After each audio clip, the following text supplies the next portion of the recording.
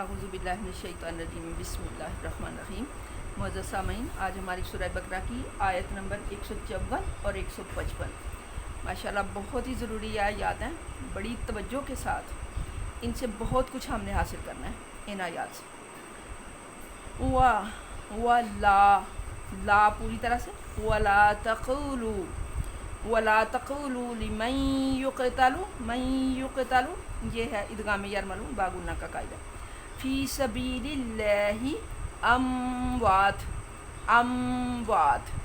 اب یہ یہاں پہ امواتن تھا، ہم نے تا وقف مطلق کی وجہ سے اس وقف کر دیا اور تا کی دونوں پیشے ختم کر دی۔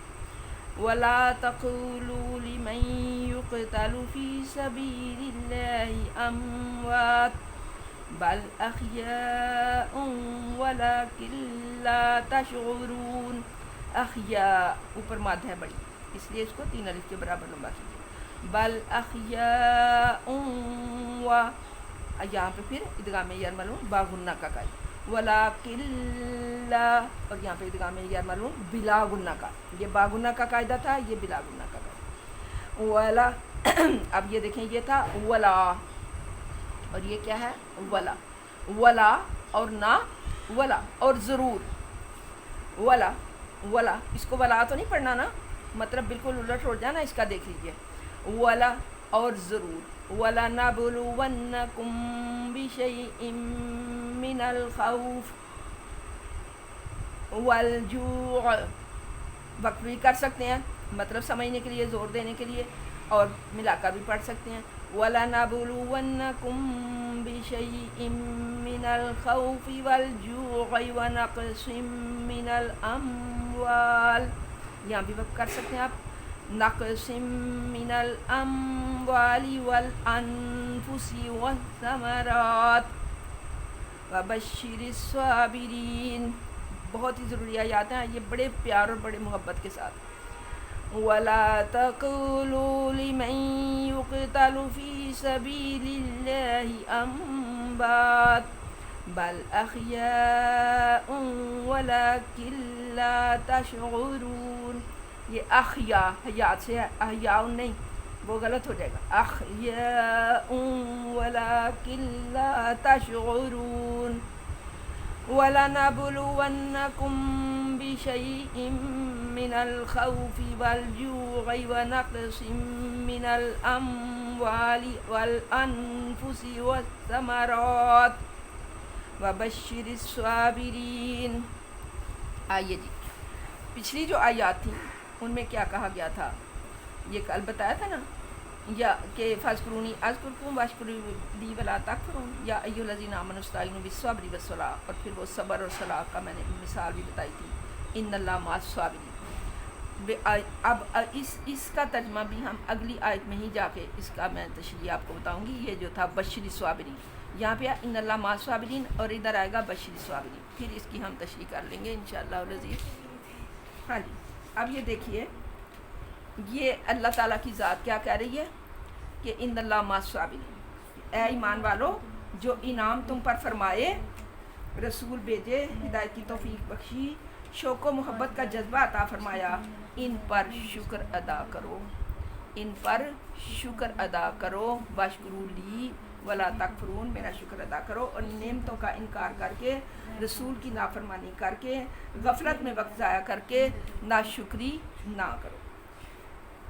دنیا کی امامت کا جو شرف تمہیں بخشا گیا ہے، اس کی ذمہ داریوں سے عہدہ برا ہونے کا طریقہ یہ ہے کہ صبر کا دامن مضبوطی سے تھامے رکھو۔ سبحان اللہ، ان اللہ مع الصابرین۔ تمہیں اب سرداری عطا کر دی گئی ہے، یہ کس کے ساتھ بات چیت ہو رہی ہے، مکالمہ کس کے ساتھ ہے، امت محمدیہ کے ساتھ، ہمارے ساتھ، اور یہ کہا گیا ہے کہ اس اب نماز اور صبر سے جو ہے وہ اللہ تعالیٰ کی استعانت طلب کرو کہ اللہ صبر والوں کا ساتھ ہے، صبر کا دامن مضبوطی سے تھامے رہو، مشکلات سے نہیں گھبراؤ بلکہ اللہ تعالیٰ کی تائید و نصرت پر بھروسہ کر کے قدم بڑھاتے چلو، اور نماز سے اپنی زندگی کے تعلق کو پختہ بناتے رہو۔ وَاسْتَعِینُوا بِالصَّبْرِ وَالصَّلَاةِ، نماز سے اپنی زندگی کے تعلق کو پختہ بناتے رہو، یقیناً کامیابی تمہارے قدم چومے گی۔ تفسیر مظہری میں یہ اس طرح سے لکھا ہے کہ اس سنگت سے، یہ جو ہے نا مع الصابرین، معیت، سنگت، ساتھ، اس معیت سے وہ خاص سنگت مراد ہے جس کی کیفیت بیان نہیں ہو سکتی، صرف عارف ہی اس کو سمجھ سکتے ہیں کہ اللہ کس طرح ساتھ ہوگا۔ پھر آگے دیکھیں، اب آج والی جو آیت ہے وَلَا تَقُولُوا لِمَن يُقْتَلُ فِي سَبِيلِ اللَّهِ أَمْوَاتٌ، جب یہ کب نازل ہوئی یہ آیت؟ اس کا شان نزول کیا ہے کہ جب بدر میں کئی مسلمان شہید ہو گئے تو لوگوں نے کہنا شروع کر دیا فلاں مر گیا، وہ زندگی کی لذتوں سے محروم ہو گیا، غیرت الہی یہ برداشت نہ کر سکی کہ جن لوگوں نے اس دین کی سر بلندی کے لیے اپنی جانیں قربان کیا انہیں مردہ کہا جائے۔ چنانچہ یہ آیات نازل فرما کر اللہ تعالیٰ نے راہ حق میں جانیں لٹانے والوں کو وہ مردہ کہنے سے سختی سے روک دیا، ان کو مردہ کہنے سے سختی سے روک دیا۔ وَلَا تَقُولُوا لِمَن يُقْتَلُ فِي سَبِيلِ اللَّهِ أَمْوَاتٌ، ان کو کبھی مردہ نہ کہو بلکہ وہ تو زندہ ہیں، اور اللہ کے ہاں بَلْ أَحْيَاءٌ، وہ تو زندہ ہیں، وَلَٰكِن لَّا تَشْعُرُونَ، تمہیں ان کی حیات کا شعور نہیں۔ آگے آئے گا یہ کہ وہ تو اللہ کے ہاں زندہ ہیں اور رزق دیے جاتے ہیں، ان کی حیات کا شعور تمہیں نہیں ہے۔ سلف صالحین کا یہی مذہب ہے کہ شہداء کی زندگی روحانی و جسمانی دونوں طرح کی زندگی ہے۔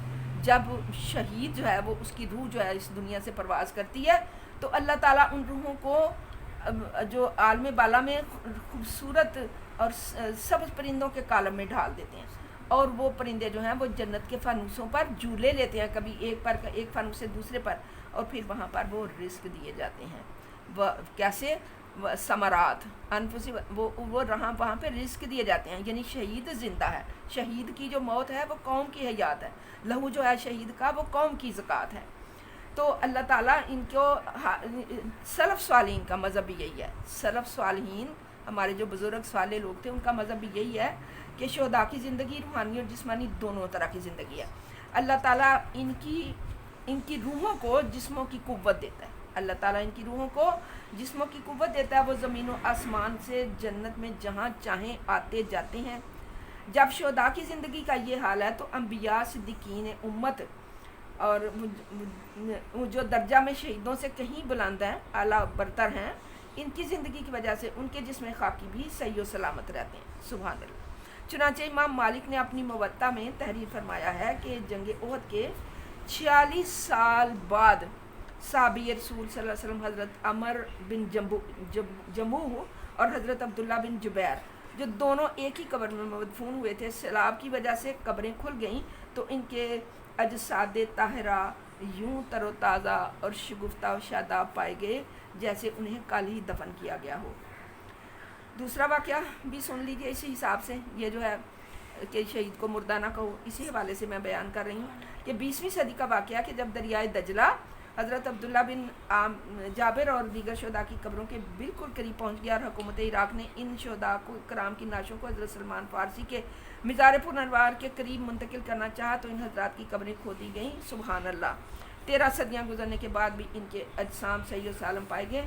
ہزارہ مخلوق نے اسلام کا یہ معجزہ اور قرآن کی اس آیت کی صداقت کو اپنی آنکھوں سے مشاہدہ کیا۔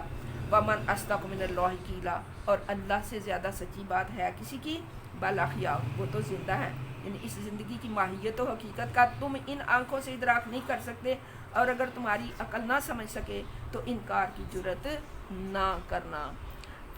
وَلَا تَقُولُوا لِمَن يُقْتَلُ فِي سَبِيلِ اللَّهِ أَمْوَاتٌ بَلْ أَحْيَاءٌ وَلَٰكِن لَّا تَشْعُرُونَ، تمہاری عقلوں کو ان کا شعور نہیں لیکن وہ زندہ ہیں۔ شہید کی جو موت ہے وہ قوم کی حیات ہے۔ وَمَا عَلَيْنَا إِلَّا الْبَلَاغُ۔